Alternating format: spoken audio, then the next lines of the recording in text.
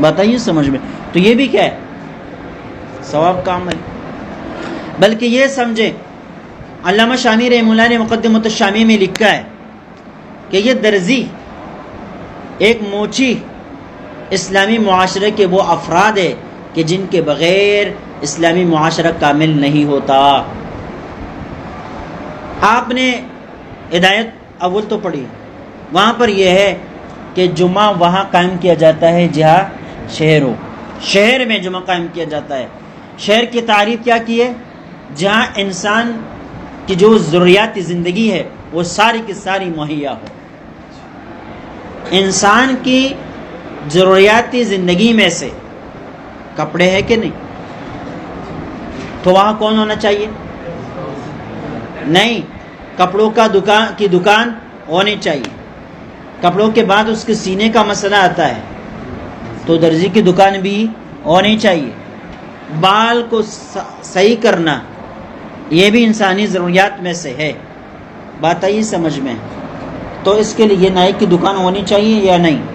انسان جوتے پہنتا ہے اور اس کے بغیر اس کی زندگی آسان نہیں ہوتی، تو اس کے لیے موچی یا جوتا بیچنے والوں کو دکان ہونے چاہیے کہ نہیں ہونا چاہیے؟ تو یہ ساری چیزیں اسلامی معاشرے میں ضروری ہے. علامہ شامی نے لکھا ہے کہ جس طرح ایک محلے کے لیے ایک عالم دین کی ضرورت ہے، اسی طرح اسلامی معاشرے کے لیے موچی کی بھی ضرورت ہے، درزی کی بھی ضرورت ہے، ڈاکٹر کی بھی ضرورت ہے، اور ایک منتظم سیاستدان کی بھی ضرورت ہے جو بر وقت ضرورت محلے کو، شہر کو سنبھال سکے، ان کی لڑائیوں کا فیصلہ کر سکے.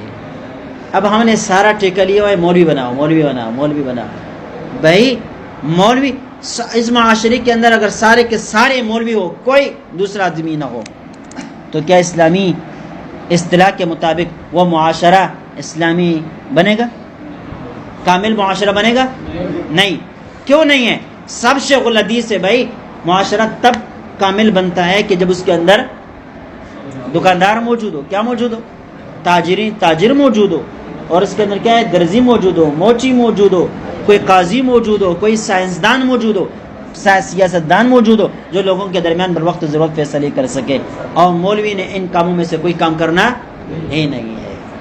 تو یہ مولویوں کا معاشرہ تو ہوگا لیکن اسلامی معاشرہ نہیں ہوگا. اس لیے ہر ایک کو مولوی بنانے کے بجائے اس کے استعداد کو پرکھ کے دیکھیں. جس آدمی کے اندر جو استعداد ہے اس استعداد کے مطابق اس کو بنا لیا جائے، اور اس کو دین کے فرائض، بنیادی باتیں سکھائیں، اور ان سے کہیں کہ حضرت آپ درس نظامی کے قابل نہیں ہیں، لائق نہیں ہیں، یا آپ اتنے اونچے ہیں کہ یہاں اپنے آپ کو لا کر بند نہ کیا کرے، بلکہ اس سے اوپر کا سوچے، اس سے اوپر کا سوچے. آپ بہترین ڈاکٹر بن سکتے ڈاکٹر بن جائے، آپ وکیل بن سکتے وکیل بن جائے، آپ جج بن سکتے جج بن جائے، آپ بہترین قسم کے منتظم بن سکتے ہیں، آپ سیاستدان بن جائے، آپ جو ہے طاقت رکھتے ہیں، قوت رکھتے ہیں، آپ فوج میں بھرتی ہو جائے، بہترین کمانڈر بن جائے. آپ کے اندر یہ صلاحیتیں ہیں، دین پر بھی عمل کرتا رہے، نماز کو نہ چھوڑے، فرائض کا اہتمام کرے. باقی یہ دیگر بہت سارے شعبے ہیں، ان تمام شعبوں کو انسانی خدمت اور رزق حلال کے لیے حاصل کرو گے تو یہ سارے کے سارے کیا ہے؟ دینی معاملات بنیں گے. یہ بے دینی نہیں ہے. اس کو جو ہم نے کہا یہ دینی تعلیم ہے، دنیاوی تعلیم ہے، کوئی دینی تعلیم اور کوئی دنیاوی تعلیم نہیں ہے. اس کو دینی یا دنیاوی بناتا ہے تو کیا کرتا ہے؟ ہاں، کچھ علوم ایسے ہیں جو اپنے ذات کے اعتبار سے غلط، جن کو ہمارے یہاں فن کہا جاتا ہے. یہ فنکاری ہے، اداکاری ہے، آرٹس کے نام سے مختلف قسم کی چیزیں ہیں، شوق بازی ہے، سیر ہے، جادو ہے. یہ علوم تو کہلاتے ہیں، بات آئی سمجھ میں، فن تو کہلاتے ہیں، لیکن یہ اپنی ذات کے اعتبار سے یہ نقصان دہ ہے. تو اس وجہ سے یہ شرعاً درست نہیں ہے. باقی جن کو ہم دنیاوی علوم کہتے ہیں نا، اسکولوں کے اندر پڑھنے والے سارے لوگ ہمارے نزدیک کیا ہے؟ دنیا دار ہے. ہمارے اسکولوں کو پڑھنے والے تمام لوگ کیا ہے؟ دنیا دار ہے. اللہ کے بندو، عجیب مسئلہ ہے. حضرت علی رضی اللہ تعالیٰ عنہ سے بڑھ کر کوئی ریاضی دان نہیں تھا.